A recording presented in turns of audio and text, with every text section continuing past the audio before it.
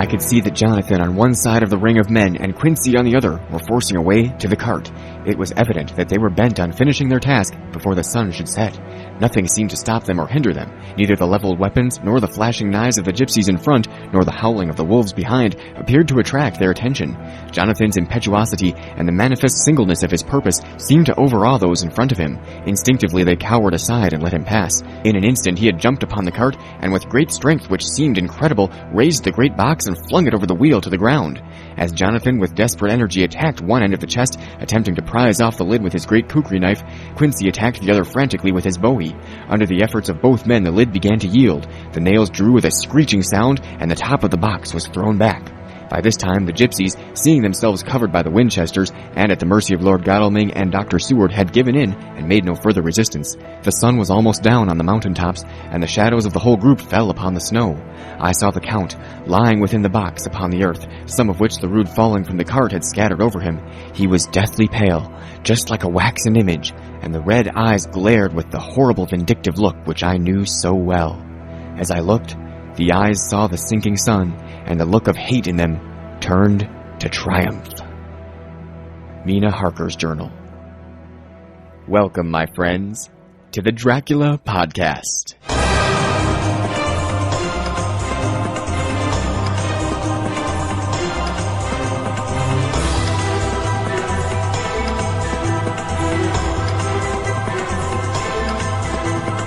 Welcome once again to the Dracula Podcast with Frank Stella and Zachary Hare. We are critically analyzing and analytically comparing Dracula by Bram Stoker in 1897 to the NBC series of the same title. Zachary, how you doing this week? Last episode, no! We don't know if it's going to be back yet, do we? I think we're gonna find out in like the summer, or at least at the very last minute. It's going to be a while because, it's too close to call. We're at the end of January here. NBC still has to figure out what they want to do with so many other shows that are airing. So we'll find out one of these days, but it's the last episode of the short 10-episode series, season finale. So, episode 10 called Let There Be Light, and there was light for a brief moment, at least. I have to say, before we really get into the nitty-gritty, and by now, I think we're all aware that this is not my favorite TV show ever. I'm just going to say it. I'm not a huge fan of this adaptation. But I have to say, this was by far my favorite episode. This episode floored me. This is for what this show is, and like I said, I'm not a big fan of what it is, but for what it is, this episode is like how the show should be to me on kind of a given day. I know they amped it up for the finale. I don't know what their budget was exactly. This episode was very intriguing. It was action-packed. It was explosive. And, I don't need explosions every week. I don't need a Michael Bay production every week. But I do need that, that tension. I do need that, huntsmen versus vampires. I need, stuff going on with Lucy. I need stuff going on with the Resonator. I need that crazy, payoff with Van Helsing, just kind of going berserk there and, taking it all out. That was just phenomenal. So this episode really had a lot of great payoffs. I was really, really pleased with this episode for what this show is. So what did you think about it? Well, there was parts I really liked. Some parts I was like, but it's like it was a mixed bag. Like a lot of things with this show, it was a bit of a mixed bag, in my opinion. I really, I don't know what to think, really, because that's what the thing. There are parts of this show I really, really like, but I don't know. I think my favorite part of this episode was that moment when you had Browning confronting Van Helsing there and seeing his kids. He fell down into that basement well, and there were his kids, and it was just something off about the whole thing for about a minute. And you're just going, what's wrong? What's with these kids? What's going on? And, we saw that ransom note that he had sent to Browning's wife and, like, that finger that included it with it. That was super compelling. But, that moment when you're just seeing those kids for, like, just that 45-second period, you're just going, oh, what's it going to be? Like, something's really wrong here. And all of a sudden you see they got those fangs and they've been, like, vampirized. And I'm like, oh, my gosh, that is such a fantastic payoff. I really thought that was incredibly compelling. It's funny because I was watching with someone else who likes the show too, and they were watching in the other room. And they go, oh, they're like, what? They're like, yes. Yeah, I had my fists up like Van Helsing. That was masterful. because I knew something was going to be off. I was like, are they going to be deformed? Or like all their fingers going to be gone? Are their hands going to be gone? Are their faces going to be, cut up or acid or just something crazy? I'm like, oh, what is it? It's so creepy. And then they just like start tearing them to pieces. And I was like, oh my gosh, that is just such a powerful payoff. I mean, I was really floored by that. There was a lot of other things to talk about in this episode. I thought Lucy was going to play a bigger role, Yeah. and she really kind of didn't do a whole lot. You saw her in the beginning there with her mom, saying, I don't want to see any doctors. Please close the windows. We knew that Dracula had turned her in the previous episode. I thought she was going to play a bigger role. I guess I don't know what exactly I thought it was going to be. I just thought, like, the way the previous episode ended just made me think, like, oh, man, like, this is going to get crazy. And it didn't really. Lucy just ended up later on in the episode, I guess, killing her mom. And this is something I just didn't realize until, like, right now. Apparently, in this series, you don't turn someone into a vampire simply by biting them. That just kills them. Yeah, they have to But in drink the order for blood. them to, right, they have to drink the blood of the vampire for them to be turned. That's how Van Helsing was able to turn the kids. Now the thing about it's funny because we thought in the last episode that he was like, "Oh, this reminds me." We thought he couldn't kill them. No, he just thought of something better to do. Ah, man, I just can't believe that still. That was just so crazy. Oh man. Well, so Lucy didn't play a big part, and I'm wondering, did she turn her mom or did she just kill her? Looked like she just killed her. Okay. And Because she wouldn't know to do that. I don't think, even though it was done to her, I don't think she would know to turn someone else into one of her. She would have to make her drink the blood. I'm not sure if it's something that she would know or not know. I'm not sure if it's something that she would necessarily want to do, though. To me, if I'm a vampire, I'm going, let me not like turn everybody all the time, because then I'm just dealing with like a bunch of competition. We're just gonna be like a town full of zombies. Let me just like, I think they could have made her mother. They should. I think they should have made her mother more mean or more antagonistic because it seemed like it was almost to the point where we'd be like, oh yeah, but it's like no, we weren't because it's like she wasn't. She was a little bad to her, but not like really bad. You know what I mean? and see, Zach, I can tell you've been like suckered into the way the show was presenting vampires. Because let me remind you, Zach, that vampires are evil. They're bad. You don't want them Well, to. in this universe, In all universes, not every really. universe. There's some good guy vampires. Edward. I said good guy, not punks. There are no. Let We me. do not defend sparkly vampires on this show. Well, to me, you're never going to convince me that a vampire is anything but evil. So I'm going, if the show had given us too much of a reason for us to want Lucy to kill her mom, then it would have been, again, presenting the vampire as like someone that we're rooting for, which the show is done in a lot of ways, which I'm kind of against that philosophy. So that's why I get kind of eerie and leery and weary when you start talking like that. You know what I'm saying? You could have an anti-hero, but the thing is, it's like we're both right because the show has tried to portray both the evil vampire and the anti-hero vampire, and you can't have both. You can have some vampires be anti-heroes, some be, but it's like when you have both characters be, you gotta pick a path. And there's just another thing of why I'm not a huge supporter of this show. I'm on the fence. I really am about that. I mean, there's some parts I really do enjoy, but other parts it's like I said before. Remember, it's like they have two different sets of writers writing two different halves of the story, and there's no communication between them. Or maybe the show has it right where it wants you kind of feeling the conflict of like, I don't know, maybe it wants you to be on the fence about like a lot of things. It wants you to kind of be torn between, am I for Dracula? Am I against him? Am I for the vampires? Am I for the huntsmen who are That's part of really this corrupt risky. thing? It is risky, but I mean, you're a fan of the show. It's hooked you, but you keep saying that you're on the fence, and I'm just going, maybe this is right where they want you. Maybe. So, what should we talk about next? What should be a good subject for this episode? Well, we predicted a couple weeks ago, and I'm proud of ourselves that, we said somebody's going to die Yep. and somebody's going to get turned. And we saw Lucy get turned last week, and so I guess the next logical thing was that Jane was going to die. I did not see Renfield dying. No, well, actually, Were I you have a blown away theory. by that? I have a theory. He's not. I don't think he's dead. Do you think Van Helsing would have been sloppy enough to leave him there and, allow him to recover? Maybe it's.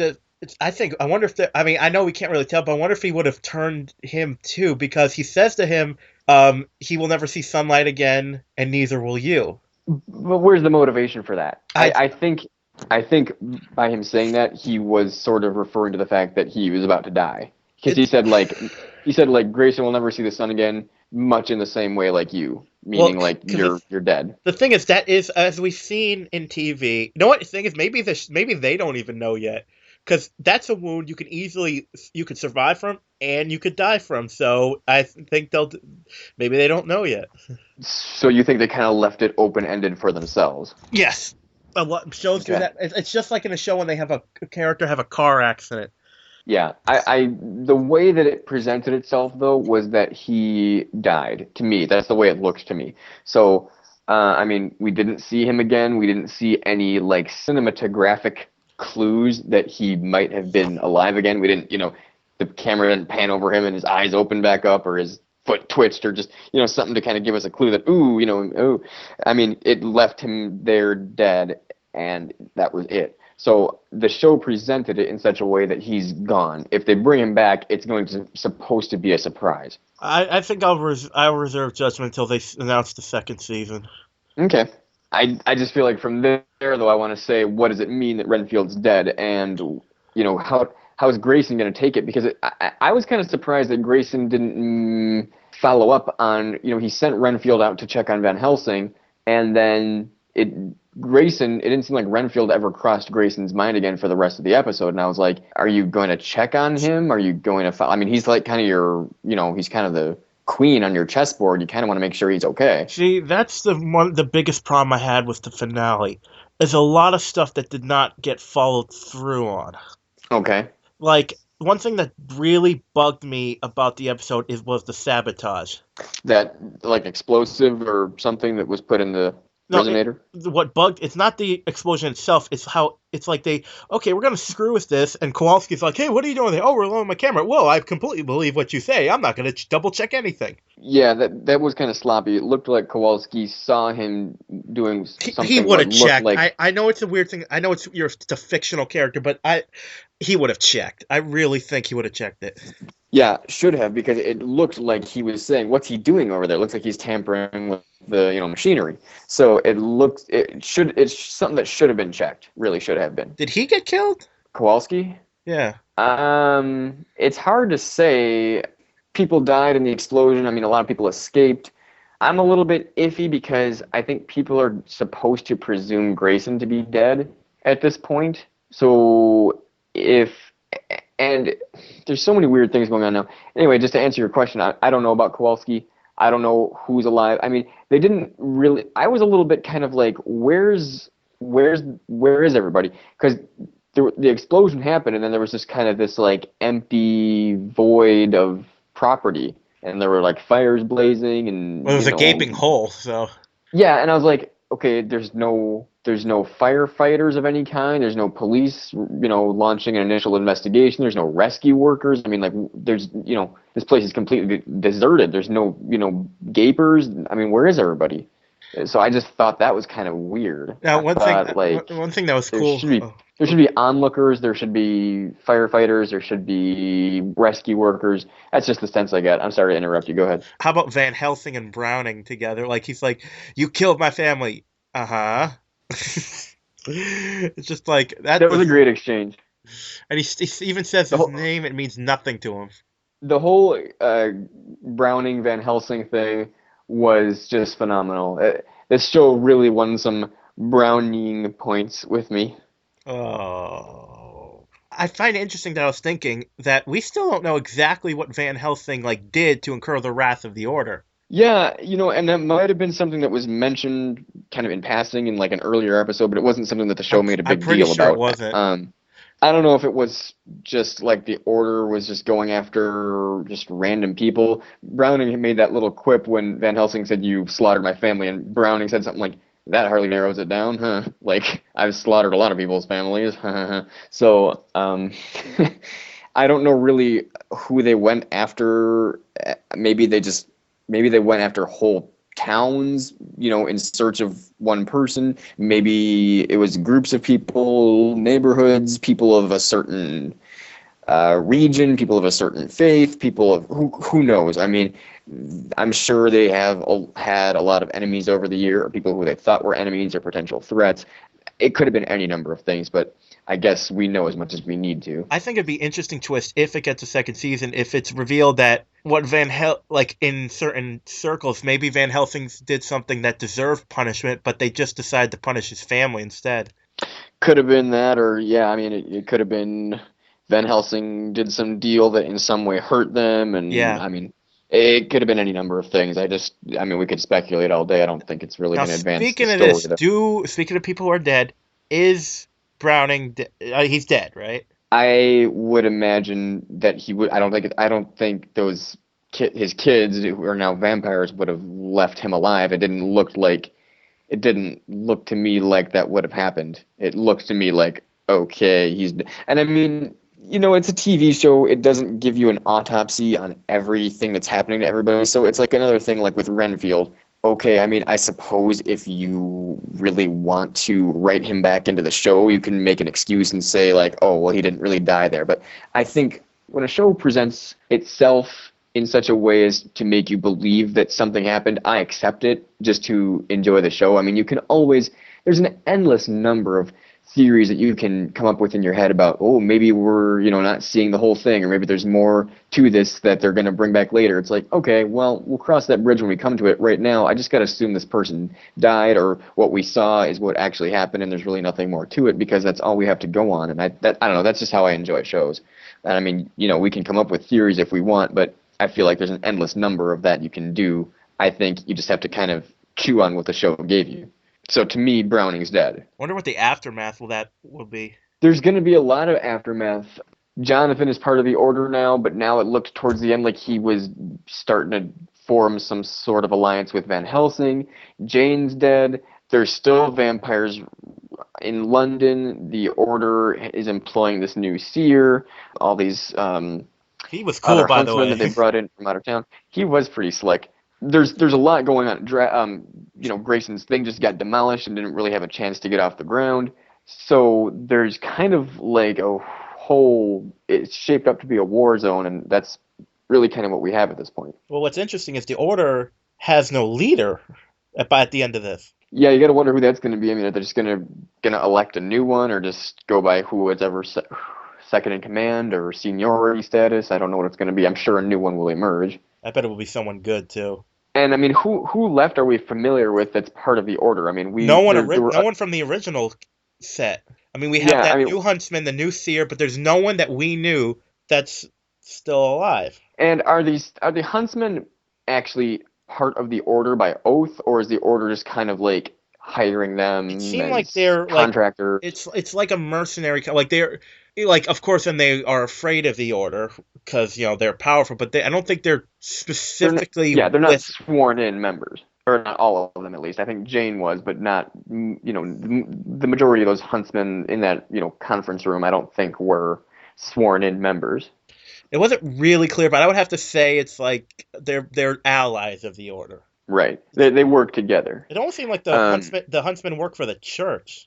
Yeah, there was some element of churchiness about them, and there kind of has been, what with the crucifixes and the that relic of blood of Christ thing, whatever that was, or wherever they got that from. So there's some sort of... they got it from Christ. They got it from Christ. I guess they did. So, yeah, there's a little bit of that. But talking about just the Order itself, who's going to emerge as a leader, we ran out of characters, I think, at this point that we are familiar with who are on the Order. I mean, Davenport, Browning, Jane, everybody, they're all gone except for Jonathan, really. Jonathan's the only member who now is a character who hasn't died yet. I don't see him becoming the leader. I mean, he's brand spanking new. So there's necessarily gonna have to be new characters next season if there is one. So I'm sure that's not gonna be something that's gonna be a huge dilemma. They'll write in a new character. Now I think that's interesting to say about and they'll lead into Lady Jane. We'll talk about Lady Jane's death in a minute. But this show, I think this is a strong thing. But the problem is, will American audience go to it? Is that they shook things up by the end of this, and not many shows take that risk. And let me ask you this: if there is if this is it, if episode 10 is the series finale, there's no more Dracula episodes. How satisfying or dissatisfying is this particular episode? Did you have enough closure as a fan of the show to be like, okay, you know what? It was a good try, it just didn't catch on. I'm fine with the way it ended. Or are you going to be completely frustrated and, torn up about it? Again, it's like this show. I'm like, parts of it were very satisfying ending, but other parts I would like to see a continuation. Okay. Honestly, I feel like there's more closure on it than a lack of closure. The only things that look like they're really headed anywhere are maybe whatever Lucy's going to do, and however Jonathan is going to go after Dracula along with Van Helsing. They're going to have to come up with a lot of new developments for next season. I feel like there's more closure to this than lack of closure.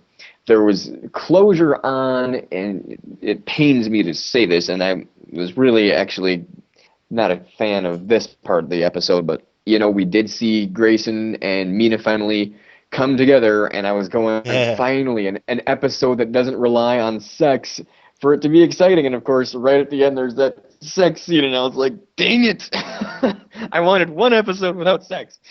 Didn't get it. I just like, could Jonathan? I mean, does he think before he does something ever? I don't know what I'm sure he thinks something. I think he gets taken advantage of a lot. Like, he did not mean for that explosion to take place. He did not mean for those people to die. Yeah, but He what was do you saying think? to the, What do you think? They were gonna break a couple of light bulbs? Jeez. he wanted there to be a malfunction or maybe some sort of damage, irreparable damage to the machine. He didn't want to be something. He didn't want to create a dangerous situation. That's for sure. So, he finds himself in these situations. I think he gets himself into them without thinking very wisely. But then, yeah, I don't know what's going on in his mind all the time. I think at this point he's fueled with, a lot of emotion against Grayson, who he now knows as Dracula. So, he's kind of running off of those feelings rather than sound judgment. Because if you remember those first few episodes, Jonathan used to be a pretty level-headed, seemingly good, good head on his shoulders, kind of knew what he was about guy for those first, maybe 4 or 5 episodes. But then those things kind of started to come apart on him. He got more emotional and erratic. Now, one thing I was thinking of and this goes back to him, Dracula turning Lucy, is you'd think Jonathan heard her, and he goes after because Lucy had to be turned. That's the only reason he goes after Lucy and not Jonathan. I'm sorry, what's the only reason? Well, it's like just so she could be turned. You mean like the writers wrote that in for the Right. sake of her being turned? Okay, I Exactly. see. Yeah, and we've been saying that for a lot of things in this episode, or a lot of things in this series going back, a number of episodes. You call it a MacGuffin, Hmm. where they just kind of pull something out of their butts just to make things happen, Right. without really a motivation on the part of the character that makes a ton of sense. Yeah, we've seen that a number of times with this series, and hopefully, if the show continues on, they'll figure out yeah, that kind of was silly, but who knows? I'm not a screenwriter, so what do I know? What do we think about? I'm a little bit confused because where's this going to go now with Mina and Grayson? I think Grayson was presumed dead, and he's no longer going to be getting his sunshine formula from Van Helsing. So I don't think it's going to take Mina real long. If they're going to be living together or even being together for that much amount of time, I don't think it's going to take her real long to realize something's wrong with this guy. So, I mean, what are we looking at? Well, It's not gonna take Grayson real long to figure out that Renfield died. So there's gonna be this kind of it's Van Helsing and Jonathan versus Grayson and possibly Mina. But it's not gonna take Mina real long to figure out. I'm sleeping with Edward here. Edward, really? See, when a vampire is gonna start having a crush on a human. To me, I'm just going Edward. That's what my mind just goes to. Now, one thing I find really interesting about this show is the fact that it's there are no innocents really in this show. There's less and less innocence but I love how Johnson's he made me do it. He didn't make you do nothing. You chose like Grayson put a gun to his head and said, "You're gonna do this." And what part are you referring to? Well, when he's telling me, I told you to stay away from him. He's made me do things like he twisted his soul or something and turned him into something else. He was manipulative. I mean, making someone do things is a strong way of putting it, but he was manipulative. I mean, providing false evidence about that Shaw character, and then, making it seem like you better not ask questions about it because people are going to think you planted the evidence. There were things like that where Grayson did some pretty underhanded stuff. Now, an interesting it's because it also makes think of I think in the books. Van Helsing was a complete good guy. He was just he just was someone who went after Dracula. But in this, he has no righteous leg to stand on. He's done terrible things to further his own agenda. And that's really kind of what the show is. The show is all like, if you look at everybody's motivation, it's almost all vengeance motivated. I mean, everybody's got like, we have to get back at this person or this group or this, whatever it may be, because they did this to me. They did this to my family. They did this to my wife. They did, on and on it goes. Everyone's got this kind of like, you wronged me, so now I have this vendetta. And it's just like it's a big ring of vendettas that everybody has, and there's alliances, and there's betrayals, and there's intrigue, and there's manipulation, and there's love, and there's lust, and it's all just kind of playing out. If there's a second season, once Van Helsing starts confronting and how's he gonna? It's funny because you think about it. If Dracula outright attacks anybody, they're dead. There's no one that can go toe to toe with them except maybe a couple of hunters, and even they. And that's one thing that I was kind of disappointed with a little bit. That final showdown between Jane and Dracula, I really wanted that to be an epic fight scene. I mean, they've been kind of doing this weird dance of figuring each other out for, all 10 episodes. And I've been going like, I want this final confrontation to be like epic. I want it to be like Dooku and Yoda here. I mean, I want to see like a crazy battle. I want to see, guns blazing, axes fighting, swords clashing. I mean, I want like everything. And I was really kind of disappointed with the way it went.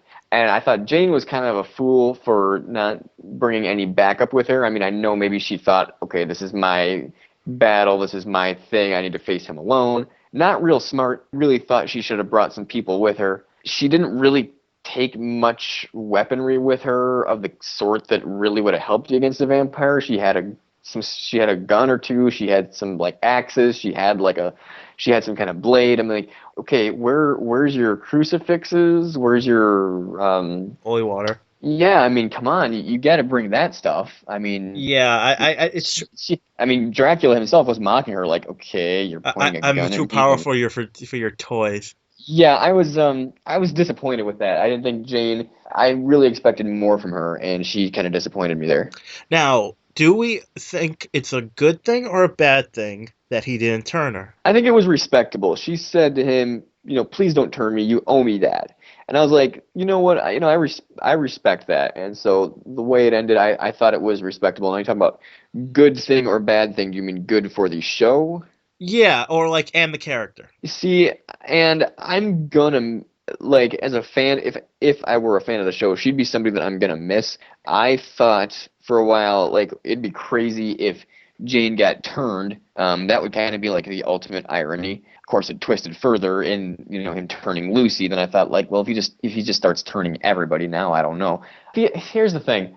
I feel like if I'm a writer of the show, I can do more with a turned Jane than with a turned Lucy. I agree with we've been saying for episode after we can't wait for her to go against the Order and Dracula, and it's just although it's interesting finality to the character that they let her die. It is interesting. I just feel like they might have wrote themselves into something where they're going, maybe we made a mistake. And I mean, I don't know if they're thinking that. Maybe they're not smart enough to think that, or maybe I'm not smart enough. Who knows? All I know is that if I'm a writer of the show, I feel like I could do more with a turned Jane. That's just how I feel about it. Because Lucy, I still feel like is a shallow and underdeveloped character. Oh yeah. Maybe things will be different if there's more episodes, but I just feel like there's way more interesting stuff and depth to Jane than there is to Lucy. Lucy's always kind of felt like a third wheel, even when she came out as in love with Mina. Even after she's turned, she still feels kind of like there's this going on, there's that going on, and then there's Lucy. So I'm like, I just feel like as a writer, there's not a whole lot I feel like I can do with her unless like I write in a bunch of other stuff for her to be motivated by, or someone who is interested in her for whatever reason, or some kind of motivation that she has that has a little bit more to do with what's going on than just, oh, Mina, this and that, and ooh, Jonathan, his trousers, and I just feel like Lucy's kind of been a third wheel this entire series. Yeah, I'm in complete agreement with you on that. But I mean, as I say, I think the thing is, parts of I think I like the actress, but I don't like the character. There's just nothing to her. I don't mind the character. There's just it's kind of like one of those friends that always wants to talk to you and has like nothing ever to say. That's kind of how I feel about this. Good way to put it. So yeah. Well, one thing I wanted to bring up about this show, and there's this is a thing that I've noticed with just about every Dracula and or vampire adaptation. And going back to the book, it's kind of subtle, but it's definitely there that the characters, the main protagonists in the book, or at least most of them, kind of have like an obvious, seemingly Christian faith, but just at least a faith in general, some sense of spirituality. You'll notice that in these movies and shows, they do like to use the crucifix, they do like to use the communion or the holy water, they do like to use the blood of Christ, like we saw this past episode, and those are all what you'd consider to be like icons, and they point to spiritual realities or spiritual identities. But what I'm not seeing in these kinds of adaptations is something resemblant of a true and sincere faith on the part of the protagonist. Like, we didn't really see a sense of spirituality in people like Jonathan and Mina or Lucy. There's a sense of maybe a sense of like kind of like a twisted morality with the Order of the Dragon, and they are using, like I said, those relics or those icons. But here's how I feel about this. When you're fighting against a vampire, you have to recognize that as a dark, evil, spiritual force. And so I feel like if you're just kind of like a Van Helsing in this adaptation with no spiritual backbone or leg to stand on, I feel like you're kind of fighting fire with non-fire. To me, it feels kind of imbalanced, like you're trying to fight like a spiritual warfare without spirituality. I mean, imagine like Lord of the Rings with your protagonists not knowing how to sword fight. That's sort of how it seems to me. And part of that's, me because I'm a Christian or because I'm a spiritual person in general, like that jumps out to me. And I understand not every fan is, maybe considering that as much.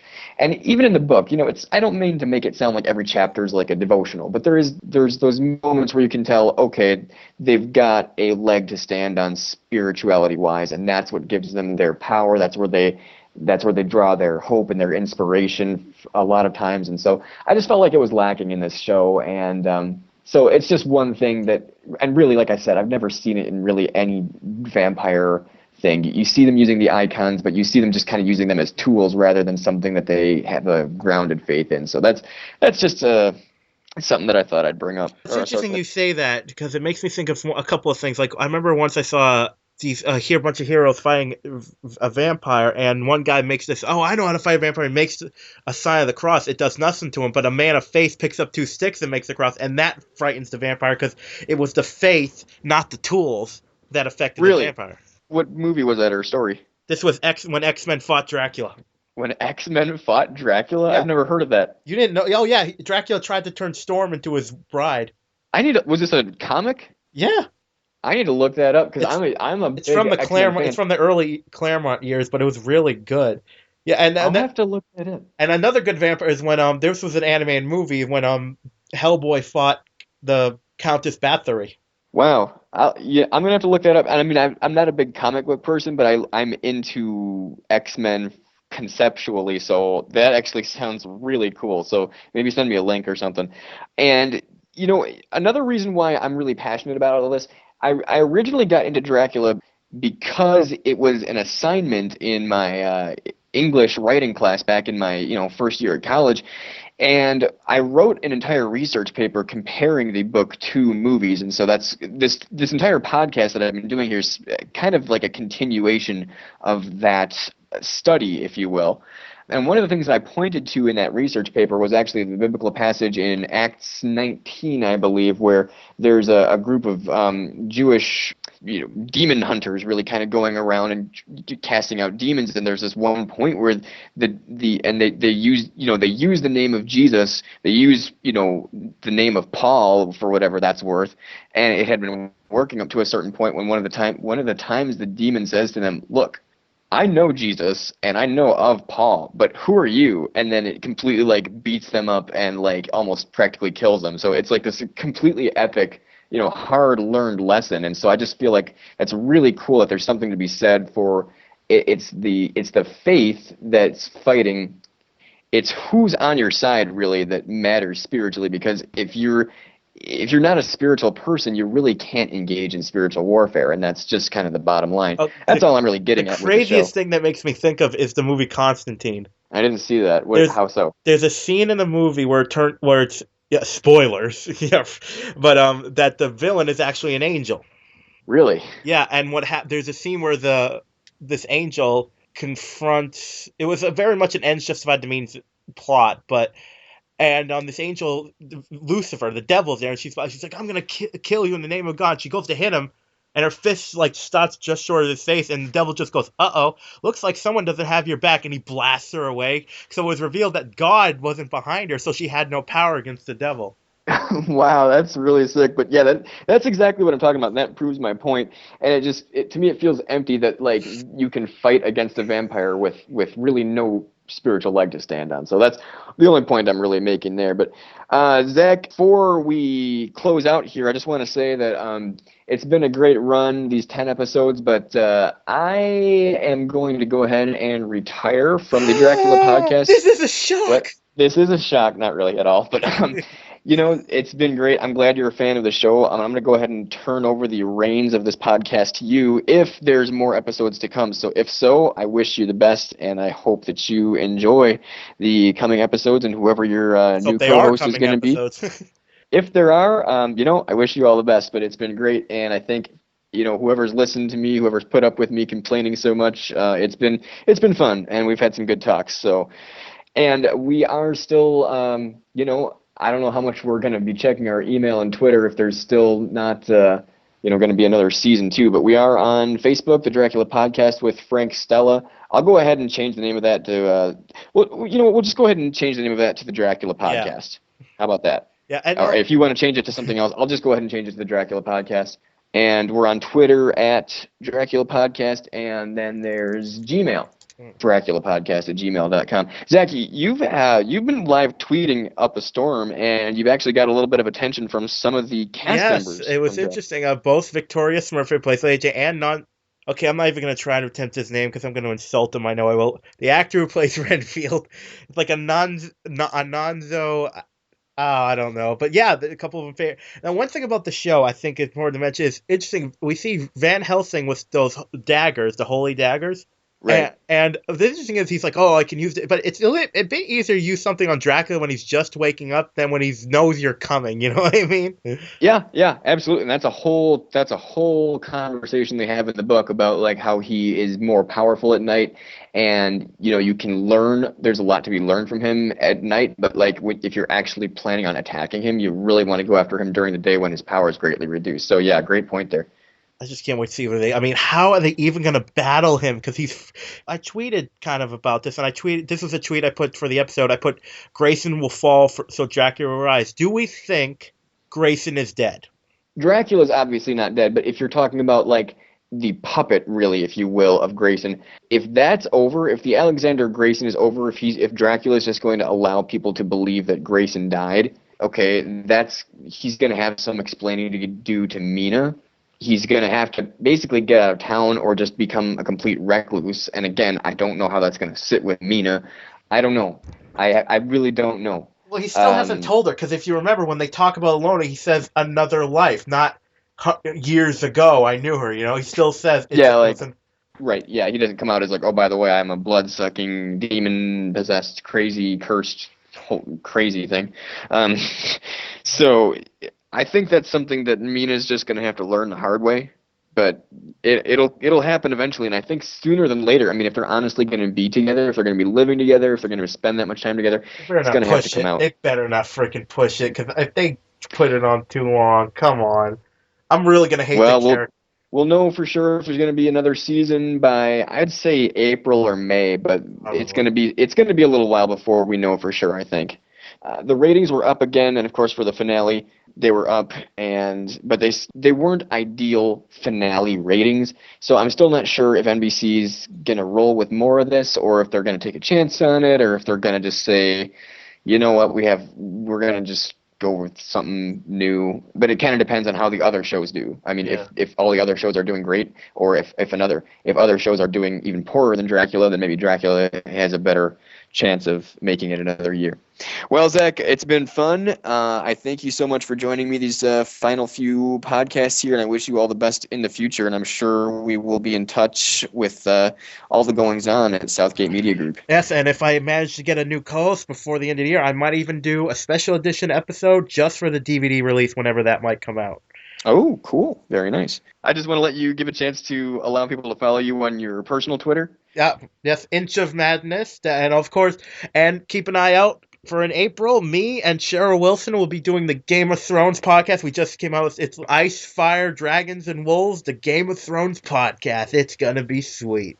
Wow, that does sound sweet. You can find me on Twitter at DJ Frank Stella. I am a radio DJ, so that's how that happened.